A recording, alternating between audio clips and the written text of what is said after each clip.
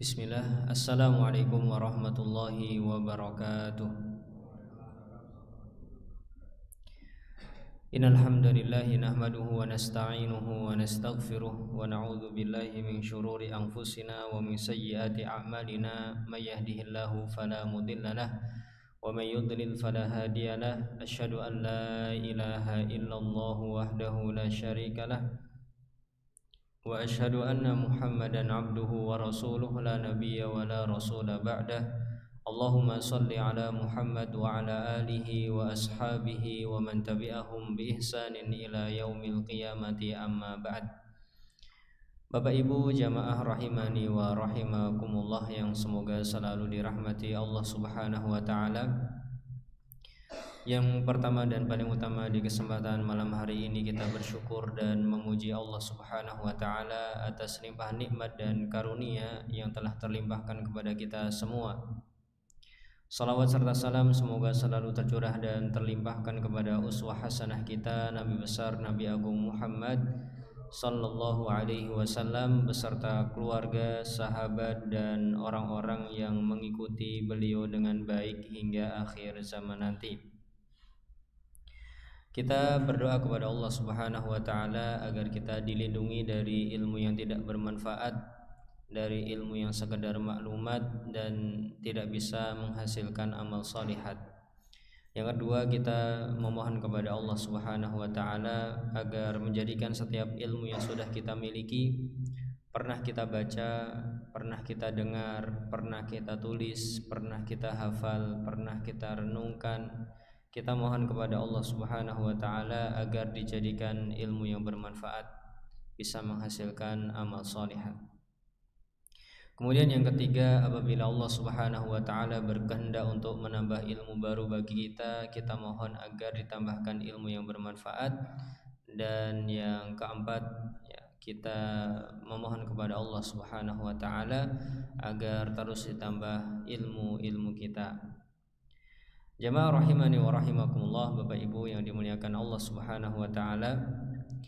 Pembahasan kita di kesempatan kali ini masih bersama dengan hadis dari sahabat Umar bin Khattab radhiyallahu anhu, di mana beliau mengatakan, sami'tu Rasulullah sallallahu alaihi wasallam yaqul, aku mendengar Rasulullah sallallahu alaihi wasallam bersabda, innamal a'malu binniyati, amalan itu tergantung dari niatnya. Wa innamal likulli imri'in ma nawa, dan setiap orang akan mendapatkan sesuai dengan apa yang dia niatkan. Faman kanat hijratuhu ilallahi wa rasulihi fa hijratuhu ilallahi wa rasulih.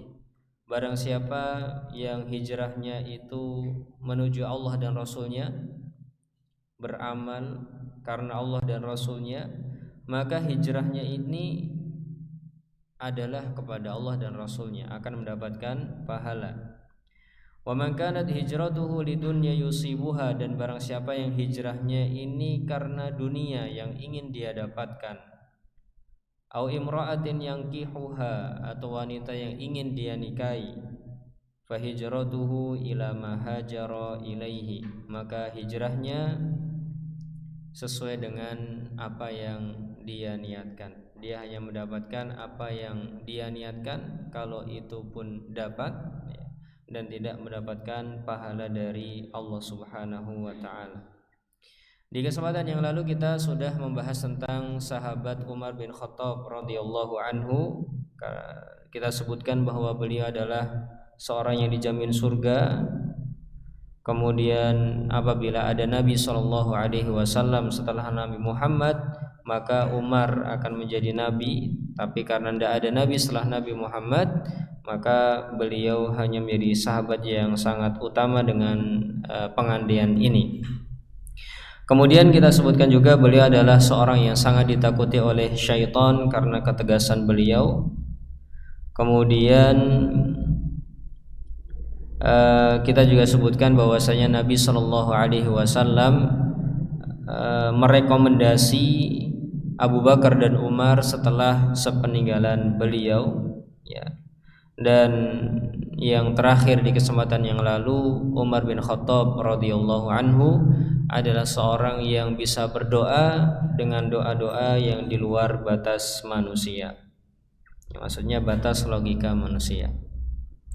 Di kesempatan ini kita akan membahas tentang keunggulan hadis ini ya.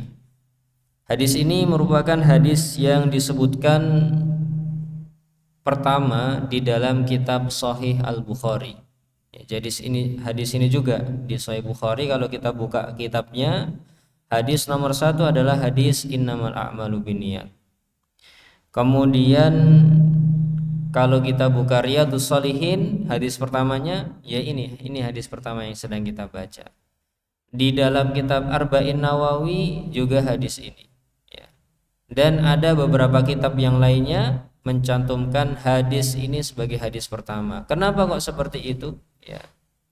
Sebagian ulama mengatakan yang bagi liman shannafal kitab ya, an yadha hadzal hadis fi awwalihi. Barang siapa yang menulis kitab ya, sebuah tulisan, hendaknya hadis ini dijadikan sebagai hadis yang pertama.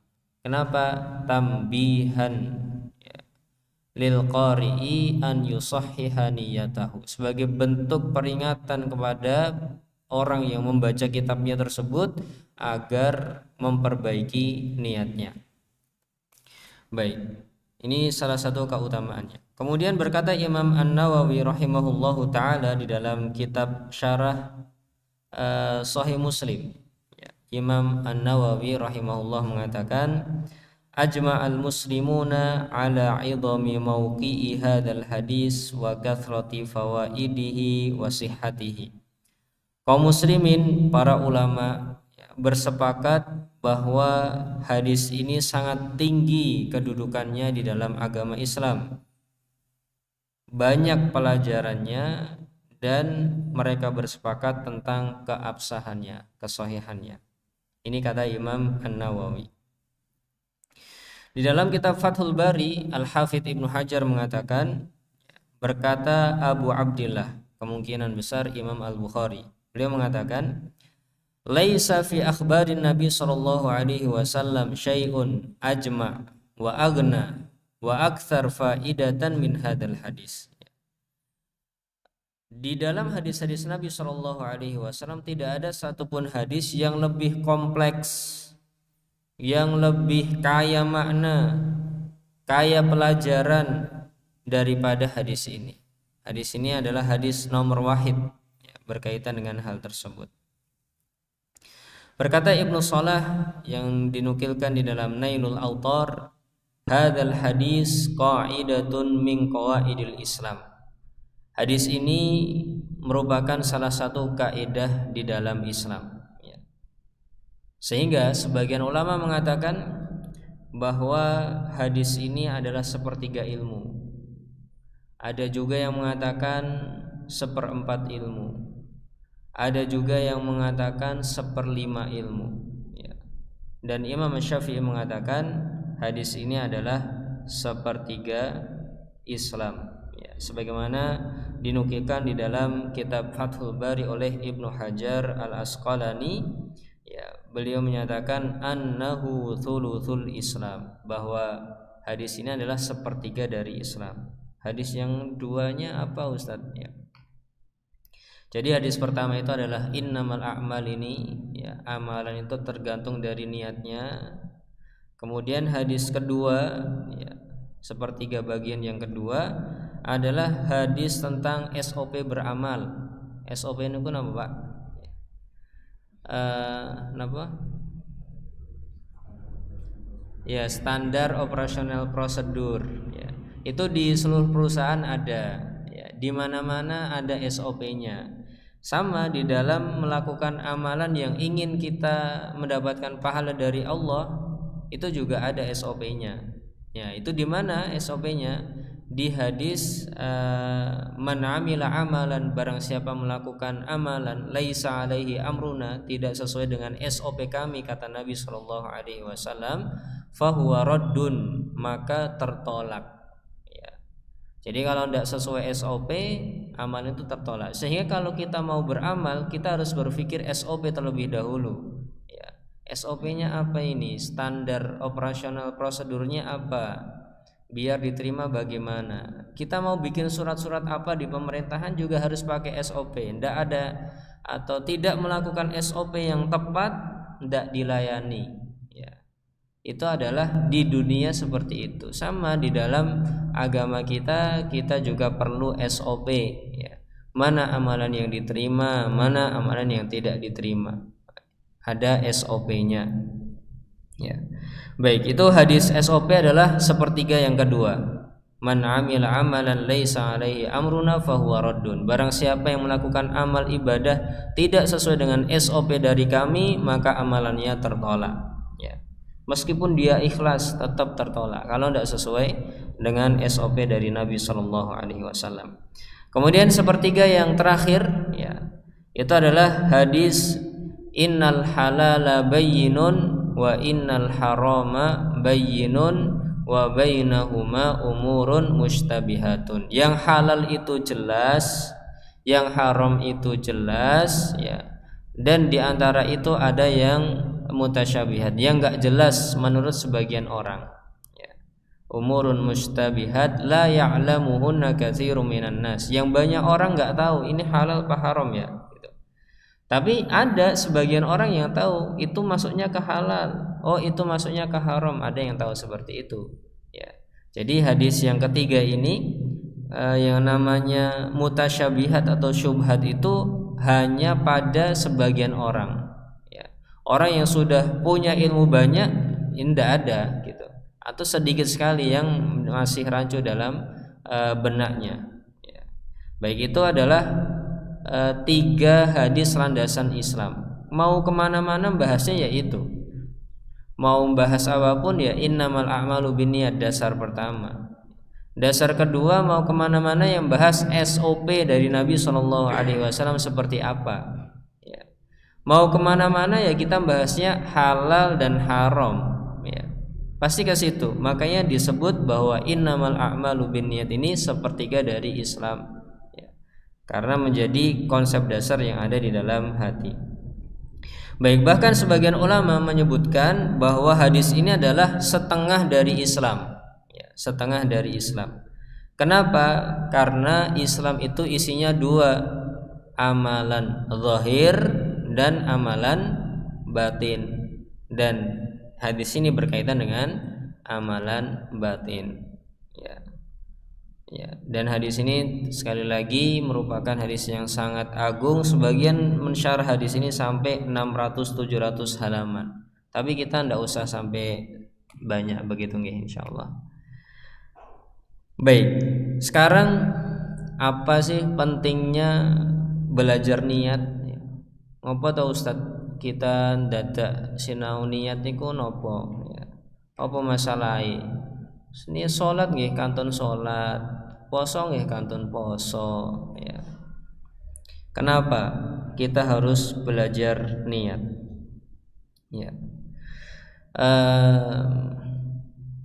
Sebuah ingatan yang tidak saya tulis di sini ya.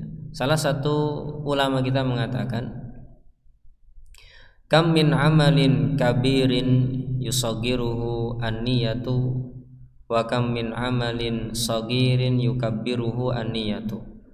Alangkah banyaknya, kata Abdullah bin Mubarak ya, alangkah banyaknya amalan itu yang tadinya kecil, sepele, simple, kayaknya enggak ada nilainya, tapi bisa menjadi besar, pahalanya besar gara-gara niat seseorang yang ada di dalam hatinya. Dan alangkah banyaknya amal itu yang tadinya besar, harusnya pahalanya itu besar. Contoh menuntut ilmu seperti ini ya. Ini pahalanya sangat besar sekali ya. Pahalanya sangat besar sekali, dan bahkan ini pahalanya pahala amalan wajib, bukan amalan sunnah ya. Pengajian amalan wajib, karena thalabul ilmi faridatun ala kulli muslim. Belajar adalah kewajiban setiap muslim. Tapi kalau niatnya kurang tepat, bisa jadi kecil pahalanya ya. Jadi alangkah banyaknya amalan besar bisa jadi kecil gara-gara niat, yang kecil bisa besar gara-gara niat. Kita coba baca beberapa perkataan para ulama. Ya, kita akan membaca beberapa perkataan ulama tentang niat itu lebih penting daripada amalan itu sendiri. Ya, jadi kalau bapak-bapak sholat Allahu Akbar, antara gerakan-gerakan dan bacaan dan apa yang ada di dalam hati itu lebih penting daripada, atau yang di dalam hati itu lebih penting daripada ucapan dan gerakan itu sendiri. Berkata Yahya bin Abi Katsir di dalam kitab Hilyatu Auliya, ta'allamun niyata, belajarlah niat, fa innaha ablagu minal amali, karena niat itu lebih dalam, lebih berefek daripada amalan itu sendiri. Kata Yahya bin Abi Katsir. Maka kita perlu belajar niat. Berkata Sufyan Ats-Tsauri, ya, di dalam salah satu kitab, ya, kanu yata'allamuna an-niyata lil amali kama tata'allamuna al-amala. Dulu para sahabat itu, orang-orang yang generasi dulu, belajar niat itu sama seperti kalian belajar amalan lahir, seperti sholat. Jadi ibaratnya kalau kita belajar bacaan sholat, gerakan sholat yang benar itu seperti apa, lama, bertahun-tahun mungkin. Ini para ulama dulu belajar seperti itu juga, atau belajar niatnya juga bertahun-tahun. Gimana sih cara menata hati? Lebih tepatnya ya, niat di sini kita artikan menata hati. Bagaimana sih menata hati yang lebih tepat itu saat beribadah? Ya. Gimana biar berefek besar, berpahala besar? Gimana caranya? Ya. Jadi niat ini lebih penting daripada amalan itu sendiri. Bahkan Nabi SAW pernah menyatakan, aktsaru munafiqi ummati qura'uha. Yang paling banyak bersikap atau bersifat sebagai orang munafik itu adalah orang yang ahli baca Quran, ngerti Al-Quran itu artinya apa. Itu paling banyak, ya. Kenapa kok seperti itu? Karena niatnya. Jadi belajar niat itu penting, karena yang lebih penting daripada amalan. Dulu para ulama belajar niat sebagaimana belajar amalan itu sendiri, ya. Dan ada efek-efeknya. Bahkan sebagian ulama mengatakan belajar niat itu susah, butuh waktu lama. Berkata Yusuf bin Asbad, ta'allamu sihhatal amali min saqamih. Belajarlah amalan yang sah itu seperti apa dan amalan yang berpenyakit itu seperti apa. Fa inni ta'allamtuhu fi thnataini wa ishrina sanah. Karena aku mempelajari tentang amalan yang sah dan amalan yang tidak sah itu selama 22 tahun, ya. Belajar niat 22 tahun, ya. Berkata Muhammad bin Munkadir, kabattu nafsi arba'ina sanah hatta istaqamat. Aku terus belajar menata hati, memperbaiki niat. Terus aku berjuang, ya, sampai kurang lebih 40 tahun baru hati itu bisa lurus niatnya. Lama. Dan siapa ini Muhammad bin Munkadir? Dikatakan bahwasanya beliau ini adalah Sayyidul Qurra, imamnya ahli Quran pada zaman dulu. Ini yang mengatakan seperti itu adalah Imam Malik bin Anas, ya. Bahwasanya Muhammad bin Munkadir ini adalah pemimpinnya ahli Quran pada zaman dulu. Bilang seperti ini. Jadi masalah niat ini enggak mudah, bukan hal yang sepele. Kan tinggal niat, aku niat sholat Isya 4 rakaat karena Allah Ta'ala, ya. Bukan sesimpel itu. Para ulama melihatnya tidak sesimpel itu, ya. Baik, kenapa juga kita penting belajar niat? Tadi yang pertama karena lebih penting daripada amalan itu sendiri. Yang kedua karena susah untuk dipelajari. Yang ketiga ini yang mencengangkan bagi kita Bapak Ibu ya. Ada orang beramal baik tapi malah masuk neraka. Sekali lagi, ada orang beramal baik tapi malah masuk neraka. Kok iso? Kenapa bisa seperti itu Bapak Ibu? Karena salah niatnya. Contohnya apa? Ya, dalam sebuah hadis yang diriwayatkan oleh Imam Muslim, ya, Rasulullah Shallallahu Alaihi Wasallam bersabda, Inna awalan nasi yuqda yaumal qiyamati alaihi rajulun ustushhida. Manusia pertama yang diadili oleh Allah Subhanahu wa taala adalah seorang yang mati syahid. Mati syahid Bapak Ibu, mati di medan perang itu pahalanya besar. Bahkan dosa-dosanya diampuni harusnya, kecuali hanya hutangnya saja yang tersisa. Dosa-dosa akan gugur. Fa'utiya bihi fa'arrafahu ni'amahu fa'arrafaha. Di hari kiamat dia didatangkan, ya, ditunjukkan nikmat-nikmat Allah itu apa saja yang pernah dia dapatkan, ya. Ditanya oleh Allah Subhanahu wa taala, "Fama amilta fiha?" Kamu punya nikmat seperti ini, apa amalanmu? Ya. Maka dia menjawab, "Qataltu fika hatta ustushhidtu." Aku berperang di jalanmu ya Allah sampai aku mati syahid, sampai aku terbunuh di medan perang. Allah mengatakan apa? Yang tahu niat seorang hamba, kadzabta, kamu berdusta, kamu tidak seperti itu niatnya. Walakinnaka qatalta li an yuqala jari'un. Kamu berperang, berjihad itu hanya ingin dikatakan pemberani. Ini loh pahlawan nasional, ini loh pahlawan bangsa, ini loh tokoh masyarakat, ini loh orang yang pemberani berjihad. Faqad qil, itu sudah dikatakan sama masyarakat di sekitarmu. Tsumma umira bihi fasuhiba ala wajhi hatta ulqiya finnar. Maka dia diperintahkan agar diseret di atas wajahnya dan dilemparkan ke dalam neraka. Apakah gara-gara salah amalannya? Bukan, salah niatnya. Yang salah niatnya, ya. Kemudian juga ada rajulun ta'allamal ilma.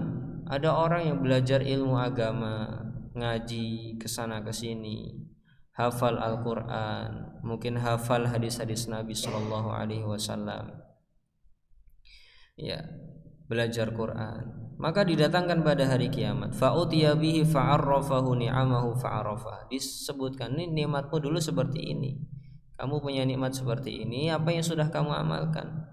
Maka dia mengatakan, ta'allamtul ilma wa 'allamtuhu wa qara'tu fikal Quran.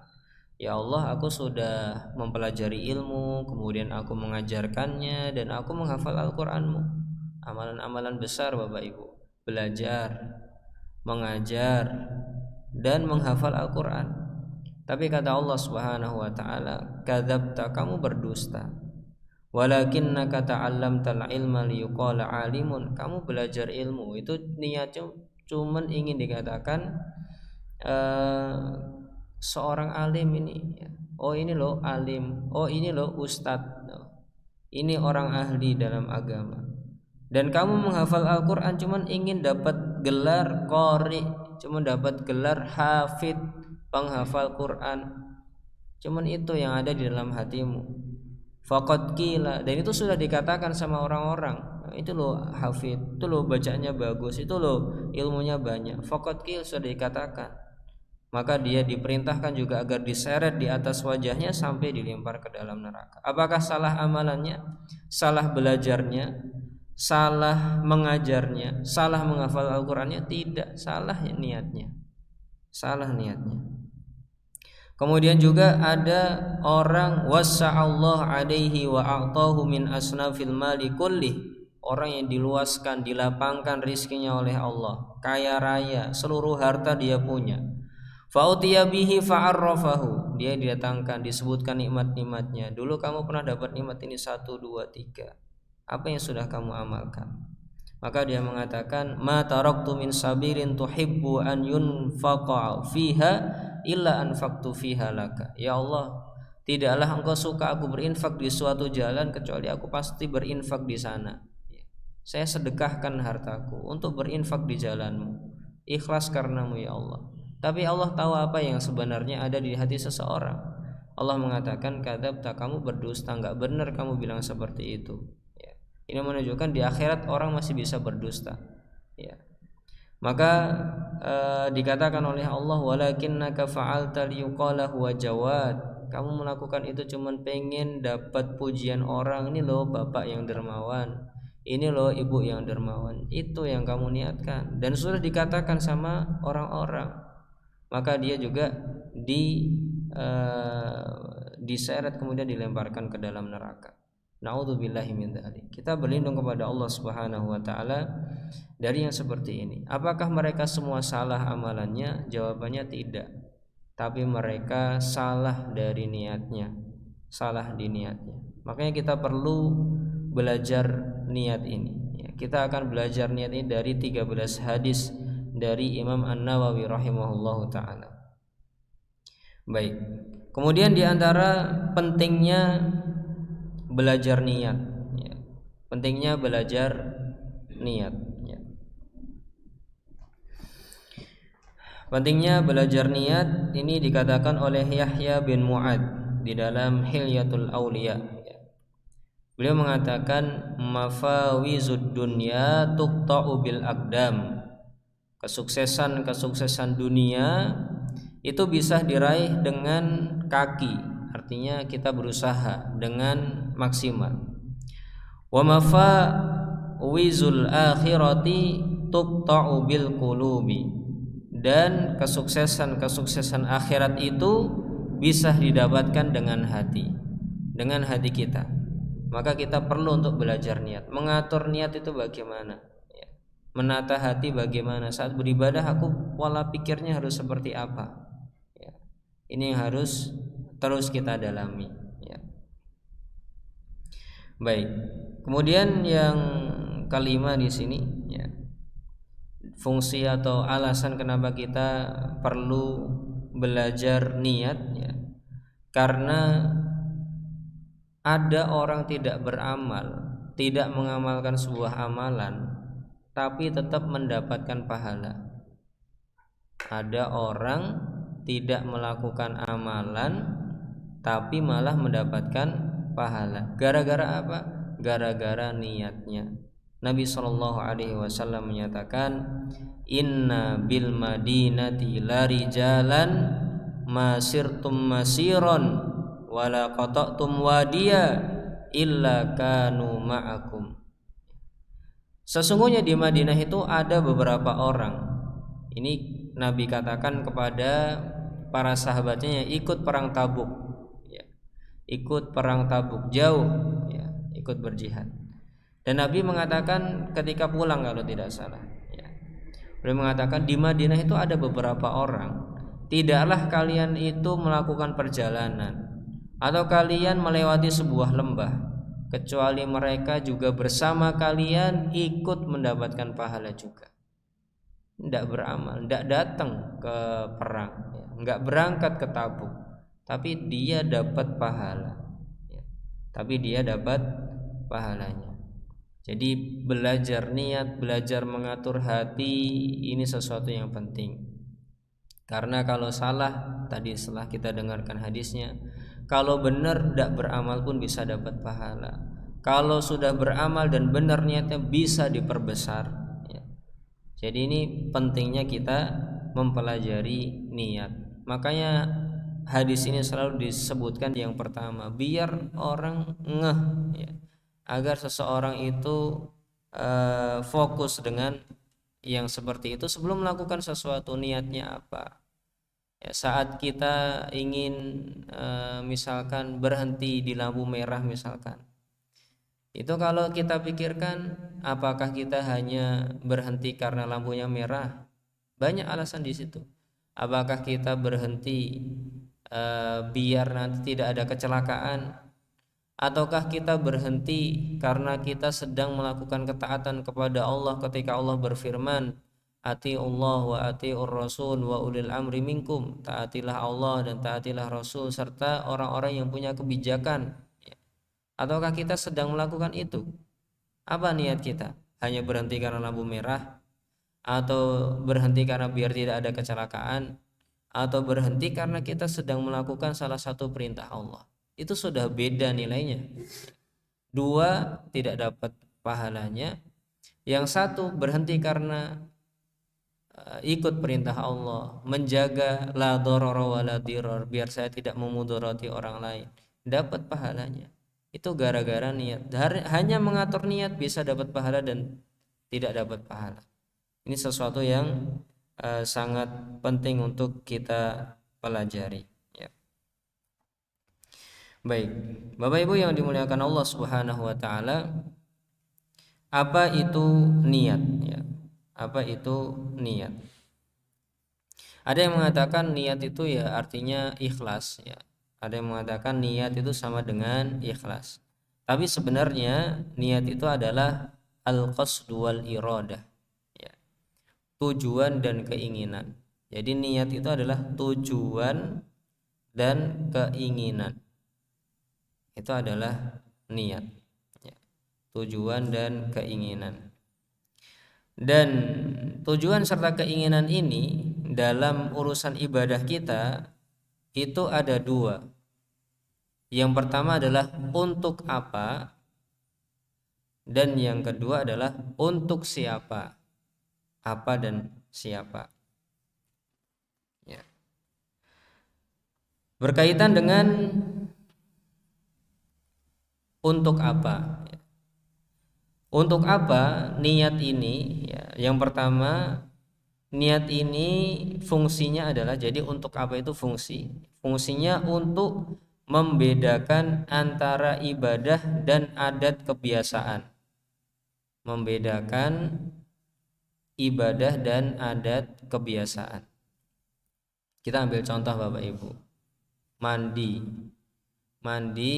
kita mandi keramas, ya. Seluruh badan dibasuhi, tapi niatnya hanya ingin bersih-bersih, ya. Bukan sedang ingin mandi wajib, ya. Bukan ingin sedang mandi wajib. Kalau dia punya hadas besar, ya, apakah mandinya sah? Jawabannya tidak, ya. Seorang yang hanya membasahi badannya, kemudian seluruh airnya disiramkan di badannya, tapi tidak ada niat sama sekali untuk mandi wajib, bukan dianggap mandi wajib, masih punya hadas, ya. Jadi ibaratnya kalau kita lupa misalkan punya hadas besar, harus mandi wajib. Pas saat itu di waktu pagi kita akan berangkat ke kantor, ya. Jadi biasanya mandi, ya sudah kita mandi biasa. Tujuannya apa yang di dalam hati? Mandi mau berangkat kantor biar bersih badannya. Cuman itu. Maka setelah selesai mandi, ya, kemudian pas mau sholat duhur, kita katakan dia belum boleh sholat duhur karena mandinya belum meniatkan untuk menghilangkan hadas besar, ya. Dan tidak ingat tadi pas mandi, ya. Maka harus diulang lagi, mandi dulu baru sholat duhur. Jadi niat itu adalah untuk membedakan antara adat kebiasaan dan juga dengan sebuah ibadah. Seorang datang ke tempat wudhu sana misalkan, cuci tangan, wajah, ya, tangan, kemudian kepala, kaki. Ditanya, Mas kenapa Mas? Ini panas cuacanya Ustadz, ya, saya pengen mendinginkan badan. Apakah dia sudah boleh sholat dengan tindakan itu? Jawabannya belum. Karena dia niatnya cuma mendinginkan badan. Dia harus niat, saya niat wudhu karena Allah untuk menghilangkan hadas, baru dianggap sebagai wudhu dan boleh melakukan sholat dengan tindakan itu. Jadi niat itu salah satu fungsinya adalah untuk membedakan antara ibadah dan adat kebiasaan. Adat kebiasaan dan ibadah. Fungsi kedua, niat itu adalah untuk membedakan antara ibadah satu dan ibadah yang lainnya. Ibadah satu dan ibadah yang lainnya, ya. Misalkan ada ibu-ibu setelah adzan subuh, ya, setelah adzan subuh takbir Allahu Akbar. Rakaat pertama Al-Fatihah dan Qul ya ayyuhal kafirun. Rakaat kedua Al-Fatihah, Al-Ikhlas misalkan. Selesai salam, ya, dianggap sholat apa? Sholat subuh atau sholat sunnah sebelum subuh? Karena sholat subuh boleh saja membaca yang pertama Al-Fatihah dan Qul ya ayyuhal kafirun. Rakaat kedua Al-Fatihah dan Qul huwallahu ahad. Boleh-boleh saja, tidak ada masalah. Ya, sama saja, ya. Tapi apa yang membedakan? Ini sholat sunnah sebelum subuh, ini sholat subuhnya. Apa yang membedakan? Jawabannya niat itu sendiri. Al-qasdu wal iradah. Tujuan dan keinginannya apa? Oh, saya sholat ini niatnya mau untuk sholat sunnah sebelum subuh. Maka dianggapnya sholat sunnah sebelum subuh. Dia harus sholat subuh lagi, gitu. Oh, saya sholat ini sholat subuh, maka ya sudah, berarti gugur, tidak perlu sholat subuh lagi dan nggak boleh ngulangi tanpa ada sebab. Itu hanya gara-gara niat, untuk membedakan ibadah satu dan ibadah yang lain. Seseorang puasa, seorang ibu-ibu puasa di suatu hari, ya. Puasanya ini puasa sunnah atau puasa wajib, puasa qadha Ramadan apa, ya. Maka yang membedakan itu apanya? Niatnya. Jadi niat itu fungsinya untuk membedakan antara ibadah dan yang bukan ibadah, dan antara ibadah yang satu dan ibadah yang lainnya. Baik, kemudian untuk siapa? Kalau untuk siapa, maka jawabannya sudah tentu, harus untuk Allah Subhanahu wa taala. Niatnya hanya karena Allah Subhanahu wa taala. Kalau salah tadi niatnya, niatnya untuk dipuji, niatnya untuk diberi gelar, niatnya untuk urusan-urusan dunia misalkan, padahal itu harusnya diniatkan untuk Allah Subhanahu wa taala, maka ya tidak sah amalannya serta nanti berbahaya di akhirat, ya, akan dihukum oleh Allah Subhanahu wa taala. Jadi saat kita melakukan amal ibadah, ya, kita niatkan untuk Allah Subhanahu wa taala. Baik. Mungkin itu yang berkaitan dengan hadis yang pertama, innamal a'malu binniyati, ya. Dan di sini ada pentingnya tentang pengajaran Nabi Shallallahu Alaihi Wasallam, ya. Ada pelajaran bahwasanya Nabi itu bagus cara mengajarnya, gitu. Karena di depan itu teori, ya, innamal a'malu binniyat wa innamal likulli imri'im ma nawa. Itu kan teori. Sesungguhnya amalan itu tergantung dari niatnya dan seseorang akan mendapatkan sesuai dengan niatnya. Baru setelah itu adalah analogi, sebuah permisalan. Faman kanat hijratuhu, barang siapa yang hijrah karena Allah dan Rasulnya, maka hijrahnya karena Allah dan Rasulnya. Dan barang siapa yang hijrahnya itu karena dunia atau karena wanita yang ingin dia nikahi, maka hijrahnya juga karena itu dan hanya akan mendapatkan itu, tidak akan mendapatkan sesuatu dari Allah Subhanahu wa taala. Wallahu taala alam bisawab. Apabila ada pertanyaan maka dipersilahkan Bapak Ibu.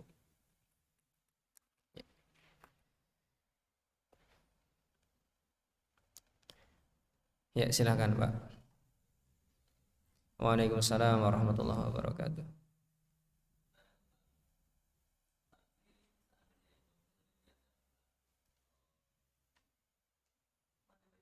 Ya, mandi wajib. Ya.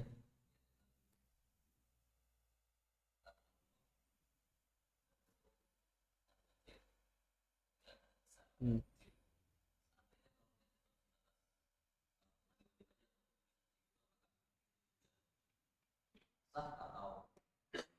Ya, baik. Terima kasih Pak atas pertanyaannya.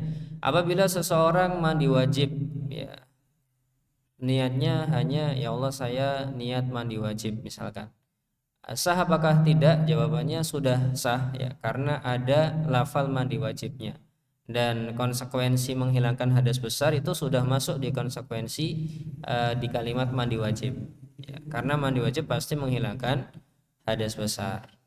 Begitu juga saat wudhu, saya niat wudhu ya dalam hati tentunya ya. Saya niat wudhu, maka sudah otomatis itu menghilangkan hadas kecil.